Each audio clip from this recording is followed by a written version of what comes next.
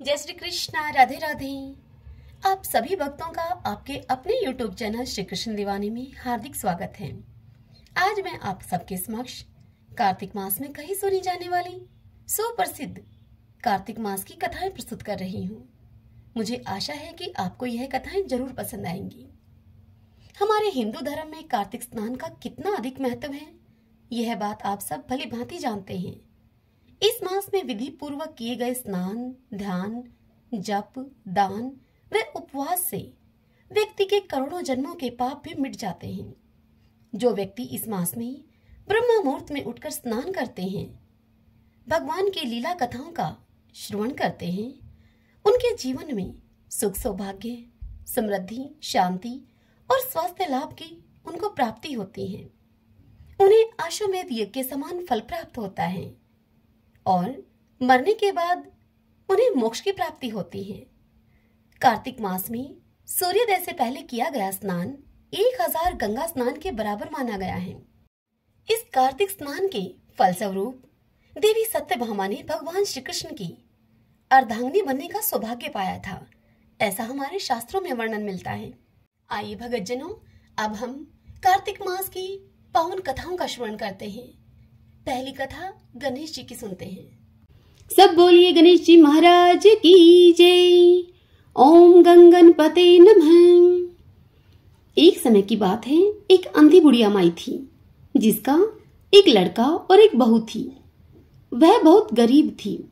वह अंधी बुढ़िया माई नित्य प्रतिदिन गणेश जी की पूजा किया करती थी। माई की पूजा से प्रसन्न होकर एक दिन गणेश जी भगवान साक्षात बुढ़िया माई के सन्मुख आकर बैठ गए और बुढ़िया माई से बोले, बुढ़िया माई, तुम नित्य प्रतिदिन निस्वार्थ भाव से मेरा पूजन करती हो, तुम जो चाहे सो वर मांग लो। गणेश जी महाराज की यह बात सुनकर बुढ़िया माई उनसे बोली, हे विघ्नहर्ता गणेश जी महाराज, मुझे तो मांगना नहीं आता, सो क्या और कैसे मांगू। तब गणेश जी भगवान बुढ़िया माई से बोले, हे माई, मैं कल फिर से आऊंगा, तू अपने बेटे और बहू से पूछ कर मांग लेना। तब बुढ़िया माई अपने बेटे और बहू से इस विषय में चर्चा करती है तो बेटा कहता है कि माँ धन मांग लेना, और बहू ने कहा कि माँ पोता मांग लेना। बेटे बहू की बात को सुनकर बुढ़िया माई ने सोचा कि बेटा बहू तो अपने अपने मतलब की बात कर रहे हैं। अतः वह बुढ़िया माई पड़ोसन के घर गई और फिर पड़ोसन को सारी बात बताकर बुढ़िया माई ने उससे पूछा कि मुझे क्या करना चाहिए। तब पड़ोसन ने कहा कि बुढ़िया माई, तेरी थोड़ी सी जिंदगी बची है, क्यों मांगे तू पोता और तू क्यों मांगे धन। तू तो केवल अपने दीदा गोड़ा मांग ले, अर्थात आंखें और घुटने मांग ले, जिससे कि तेरा जीवन सुख से व्यतीत हो जाए। तत्पश्चात बुढ़िया माई ने पड़ोसन की बात को सुनकर अपने घर पर आकर इस विषय में विचार किया और कहने लगी कि मैं ऐसा कुछ मांगू जिससे कि बेटा बहू भी खुश हो जाए और मेरा भी भला हो जाए, वह चीज मांग लूं। तत्पश्चात दूसरे दिन प्रातःकाल जब बुढ़िया माई गणेश जी भगवान की पूजा करने लगी, तब गणेश जी महाराज बुढ़िया माई के समक्ष फिर से प्रकट हुए और बुढ़िया माई से कहने लगे, बुढ़िया माई मांग लो। तब गणेश जी भगवान के यह वचन सुनकर बुढ़िया माई उनसे बोली, हे विघ्नहर्ता, अन्न देओ, धन देओ, निरोगी काया देओ, अमर सुहाग देओ, दीदा गोड़ा देओ, और सोने की कटोरे में पोते को दूध पीता हुआ देखूं। अमर सुहाग देओ और समस्त परिवार को सुख देओ। आपके श्री चरणों में मुझे स्थान देओ। बुढ़िया माई की इस बात को सुनकर गणेश जी भगवान मुस्कुराए और बुढ़िया माई से कहने लगे, बुढ़िया माई, तूने तो मुझे ठग लिया और फिर कहती है कि मुझे मांगना नहीं आता। बुढ़िया माई, तूने मुझसे जो भी कुछ मांगा है वह तुझे अवश्य मिलेगा। यूं कहकर गणेश जी भगवान अंतर्ध्यान हो गए। हे गणेश जी भगवान, जैसा बुढ़िया माई को दिया वैसा आप सबको देना, हमको देने की भी कृपा करना, सब पर अपनी कृपा बनाए रखना। सब बोलिए गणेश जी महाराज की जय। सब बोलिए तुलसी माता की जय। एक समय की बात है, कार्तिक में सभी औरतें तुलसी माता को सींचने के लिए जाया करती थीं। सभी औरतें तो तुलसी माता को सींचकर घर पर वापस आ जाती, परंतु एक बुढ़िया माई वहां पर आती और तुलसी माता से कहती, हे तुलसी माता, सत की दाता, मैं बिरला सींचू तेरा तो कर निस्तारा मेरा। मुझे बहू दे, पीले रंग की धोती दे, मीठा मीठा ग्रास दे, बैकुंठ में वास दे, चटके की चाल दे, पटके की मौत दे, चंदन का काट दे, अच्छा राज दे, दाल भात का जीवन दे, 11 का दिन दे और कृष्ण जी का कांधा दे। बुढ़िया माई का ऐसा कहने का रोज का नियम था। यह सुन सुनकर अब तुलसी माता सूखने लगी। जब तुलसी माता को सूखते हुए देखा तब कृष्ण भगवान ने उनसे पूछा, हे तुलसी, तुम सूख क्यों रही हो? तब तुलसी माता ने कहा कि मेरे मन की मत पूछो। तब भगवान बोले, अगर ये बात मैं नहीं पूछूंगा तो कौन पूछेगा? तब तुलसी माता ने कहा कि एक बुढ़िया माई रोज आती है और मुझसे यह बात कहकर जाती है। मैं उसे सब कुछ तो दे दूंगी, लेकिन कृष्ण जी का कांधा कहाँ से दूंगी? तब कृष्ण भगवान तुलसी देवी से बोले, जब वह बुढ़िया माई मरेगी तो मैं अपने आप उसे कांधा देकर आ जाऊंगा। तुम बुढ़िया माई से कह देना। समय बीतने के अनुसार बुढ़िया माई की एक दिन मृत्यु हो गई। जब गांव वाले सभी इकट्ठे हुए और उसको लेकर जाने लगे तो वह इतनी भारी हो गई कि किसी से भी वह नहीं उठी। तब सभी लोग कहने लगे कि इतनी ज्यादा पूजा पाठ किया करती थी, पाप नष्ट होने की माला भी फेरती थी, फिर भी इतनी भारी हो गई। तभी कृष्ण भगवान बूढ़े ब्राह्मण का वेश धारण करके वहां पर आए और सभी से पूछने लगे कि यह कैसी भीड़ है भाई? तब आदमी कहने लगे कि यह बुढ़िया माई मर गई है, पापिनी थी, इसीलिए यह किसी से उठती भी नहीं है। तब भगवान ने कहा कि मुझे इसके पास जाने दो, मेरे को इसके कान में एक बात कहनी है, तब यह आसानी से उठ जाएगी। फिर कृष्ण भगवान ने बुढ़िया माई के पास जाकर उसके कान में कुछ ऐसा कहा, बुढ़िया माई, मन की निकाल ले, पीताम्बर की धोती ले, मीठा मीठा ग्रास ले, बैकुंठ का वास ले, चटक की चाल ले, चंदन का काठ ले, झालर की झनकार ले, दाल भात का जीवन ले और कृष्ण जी का कांधा ले। यह बात सुनकर बुढ़िया माई हल्की हो गई। उसे भगवान श्री कृष्ण अपने कांधे पर ले गई। अंत में उस बुढ़िया माई को मुक्ति मिल गई। हे तुलसी माता, जैसी मुक्ति बुढ़िया माई की करी वैसी ही हमारी भी करना, और जैसे भगवान ने उसे कांधा दिया वैसे ही हमें भी देना। इस कथा को कहते सुनते हुंकारा भरते सभी पर अपनी कृपा करना। एक बुढ़िया थी, उसने शालिग्राम जी की सेवा ले रखी थी। कार्तिक मास में वो पुष्कर स्नान का विचार करके अपनी पड़ोसन के घर जाकर उससे बोली कि मैं पुष्कर जा रही हूँ, तू मेरे शालिग्राम जी को अपने पास रख ले। तब पड़ोसन बोली कि मुझे तो सेवा पूजा आती नहीं, बताओ कैसे पूजा करूंगी मैं उनकी। तब वह बुढ़िया बोली, सवेरे इनको उठाना, नदी से लोटा भरकर पानी लाना, इस समय बगीचे से पुष्प और तुलसी लेकर आना, भगवान को जल और कच्चे दूध से नहलाना, चंदन लगाकर पुष्प चढ़ाना, तुलसी जी चढ़ाना, दूध का भोग लगाना, दोपहर को रसोई जो भी बने उसका भोग लगाना, शाम को दिया जलाना, ऐसे पूजा करना मेरे शालिग्राम जी की। और इस प्रकार वह पड़ोसन को सारी बात समझाकर पुष्कर स्नान करने के लिए चली गई। पड़ोसन ने बुढ़िया के कहे अनुसार वैसा ही किया, पर भगवान की थाली से भगवान जीमते ही नहीं थे, दूध पिया ही नहीं। यह देखकर वो चिंता में पड़ी और बोली कि भगवान, आपकी मालकिन आएगी तो वो कहेगी कि मेरे भगवान को दुबला पतला कर दिया तुमने, अभी उसको आने में 1 महीना है। और फिर कहने लगी कि आप जीम ले तो मैं भी जीम लूं। शालिग्राम जी से इतनी बात कहकर वह अपने घर के कामों में लग गई। वह काम छोड़ छोड़कर बीच बीच में आकर शालिग्राम जी को देखती कि भगवान जी में हैं या नहीं। अब सुबह से शाम हो गई, भगवान ने भोजन नहीं जीमा तो वह भी भूखी ही बैठी रही। तब भगवान ने सोचा कि अब तो इसे दर्शन देने ही पड़ेंगे। छोटा सा मोर मुकुट पीताम्बरधारी रूप लेकर पाटे पर बैठकर गाय का दूध पी लिया और जीम लिए। अब रोज ऐसा ही होता रहा। एक दिन भगवान ने कहा कि मैं गाय चरा लाऊं। उनसे पड़ोसन कहने लगी कि थोड़े दिन तो रहोगे, क्यों जाते हो? पर भगवान नहीं माने। हाथ में सोने की लाठी, कंधे पर हीरे मोती का पीताम्बर डालकर गाय को चराने के लिए जाते। महीना अब इसी प्रकार बीत गया। बुढ़िया अब अपने घर पर वापस आई। स्नान ध्यान से निमटकर सोचा कि शालिग्राम जी को अब मैं लेकर आती हूँ, और वह यह सोचकर पड़ोसन के घर आई। पड़ोसन बोली कि शालिग्राम जी शाम को आएंगे, तब लेकर जाना। बुढ़िया शालिग्राम जी के लिए जिद करने लगी और अब उन दोनों में झगड़ा हो गया। वहाँ बहुत से लोग इकट्ठे हो गए। तब पड़ोसन बोली कि बुढ़िया को समझाओ कि जैसे इसने 1 महीना निकाला वैसे ही शाम तक और सब्र करे। किंतु बुढ़िया माई धरना देकर वहाँ बैठ गई। अब संध्या हुई तो भगवान गाय चराकर अपने घर आए। गायों को उनके स्थान पर छोड़कर भगवान मंदिर में विराज गए। यह देखकर पड़ोसन बुढ़िया से बोली कि ले जाओ तुम्हारे भगवान, और भगवान से बोली कि भगवान बुढ़िया को रूप दिखा दो, नहीं तो मेरे प्रति ये अविश्वास करेगी। यह सुनकर भगवान ने मोर मुकुट पीताम्बरधारी हाथ में सोने की लाठी लेकर बुढ़िया माँ को दर्शन दिया। हे मेरे शालिग्राम भगवान, जैसे आपने अपने भोले भक्तों को दर्शन दिए, वैसे ही आपकी भक्ति करने वाले सभी को आप दर्शन देना।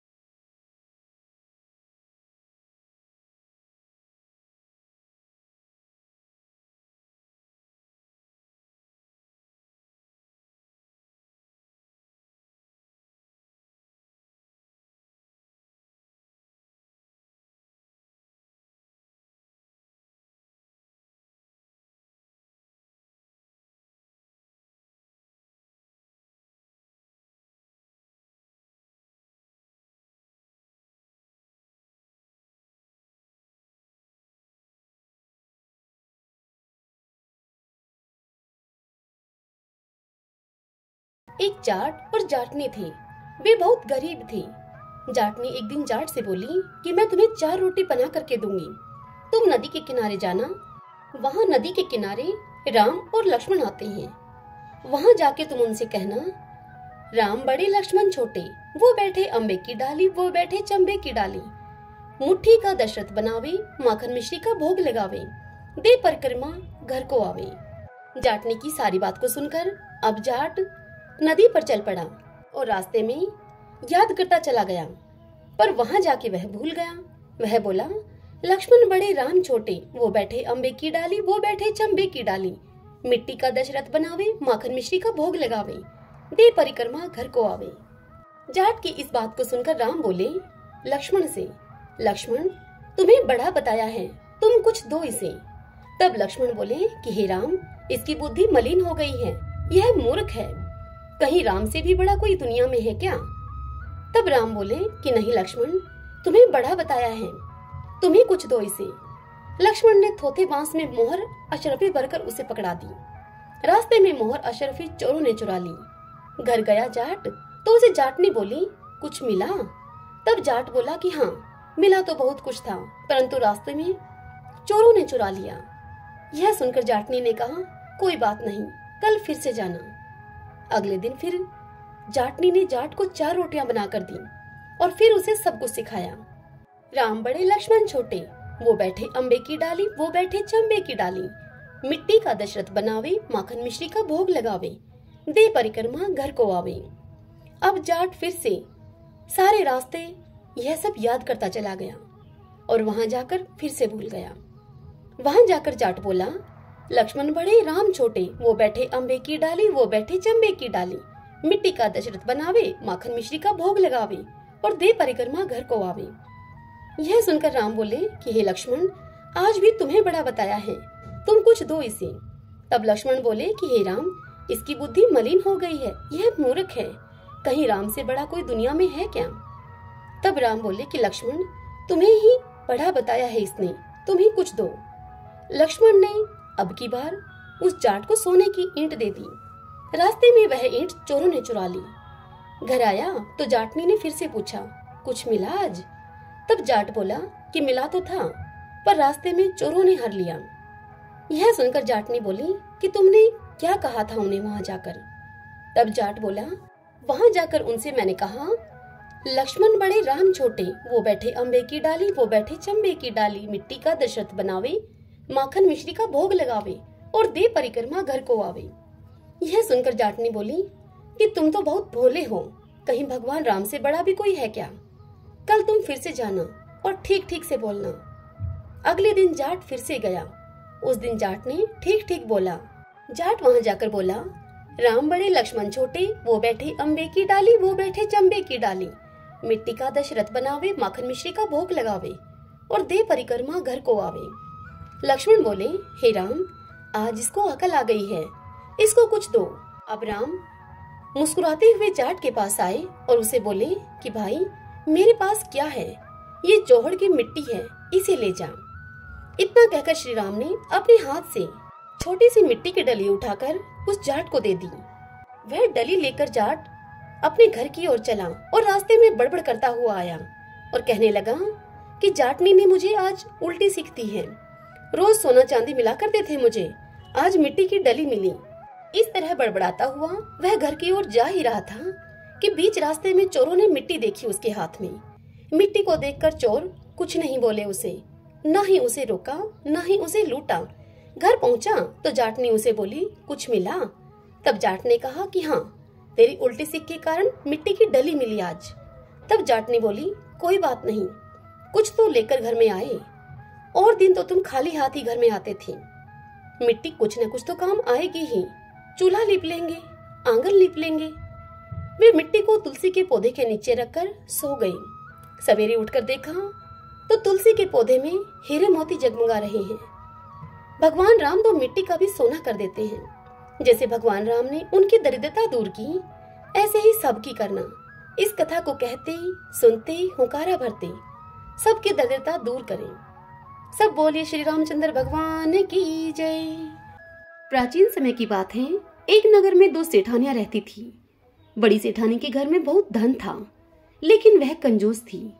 छोटी सेठानी के घर में धन की कमी थी, लेकिन वह मन की बड़ी ही दयालु और मददगार थी। वह स्वयं को धर्म के कार्य करने और लोगों की मदद रखने में लगाए रखती थी। वह रोज सवेरे गंगा स्नान करने के लिए जाती, तुलसी माता, बड़ पीपल को सींचती, भगवान के मंदिर में जाकर पूजा करती और धर्मराज जी की कहानी सुनती थी।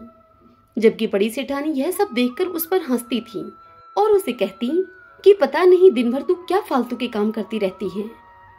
अब ऐसा ही करते करते उन दोनों सेठानियों के दिन बीतने लगे। अब दोनों वह सेठानियां वृद्ध हो गई। तब भगवान के घर से उनके लिए बुलावा आया। छोटी सेठानी को लेने के लिए धर्मराज जी ने अपना विमान भेजा, जबकि बड़ी सेठानी को दूत मारते हुए यमपुरी की ओर लेकर जाने लगे। रास्ते में बड़ी सेठानी ने कहा कि मुझे बड़ी भूख लगी है। तब दूत बोला कि यदि तुमने जीवन में किसी को खाना खिलाया होगा तब ही तुम्हें खाना मिलेगा। थोड़ी देर के बाद उसने फिर से कहा कि मुझे बड़ी प्यास लगी है। तब दूत ने उसे फिर से कहा कि यदि तुमने जीवन में किसी को पानी पिलाया होगा तभी तुम्हें पानी नसीब होगा। अब रास्ते में बड़ी सेठानी को कांटे चुभने लगे और बड़ी ही तेज की गर्मी पड़ने लगी, लेकिन दूत बड़ी सेठानी को घसीटते हुए लेकर गए। अब बड़ी सेठानी बहुत पछताने लगी कि मेरे पास सब कुछ होते हुए भी दान धर्म मैंने नहीं किया। इतनी देर में धर्मराज जी का दरबार आ गया। वहां जाकर उसने देखा कि छोटी सेठानी भगवान के पास सिंहासन पर बैठी हुई थी। उधर बड़ी सेठानी को तपते हुए कुंड में डाल दिया गया। तब बड़ी सेठानी बोली कि मुझे 1.25 पहर का समय दीजिए आप, मैं वापस आकर दंड भोग लूंगी। धर्मराज जी बोले कि ठीक है। फिर बड़ी सेठानी के शरीर में वापस प्राण डाल दिए गए। धरती पर आते ही उसने पंडितों को बुलाकर धर्मराज की कहानी सुनी और फिर धर्मराज जी के निमित्त सब तरह के दान धर्म किए। इतने में ही उसका समय पूरा हो गया। अब की बार बड़ी सेठानी को लेने के लिए धर्मराज जी का विमान आया। 1.25 पहर के दान धर्म और धर्मराज की कहानी सुनने से बड़ी सेठानी को स्वर्ग की प्राप्ति हुई। धर्मराज जी ने जैसी कृपा सेठानी पर की वैसे ही हम सब पर करना। धर्मराज जी की कहानी सुनने वाले, कहने वाले, हुंकारा भरने वाले और पूरे परिवार पर कृपा करना। सब बोलिए धर्मराज जी महाराज की जय। एक माँ और एक बेटा था। माँ गंगा जी नहाने गई तो अपनी बहू से कहकर गई कि बहू मेरे बेटे को सुबह रोटी दे देना।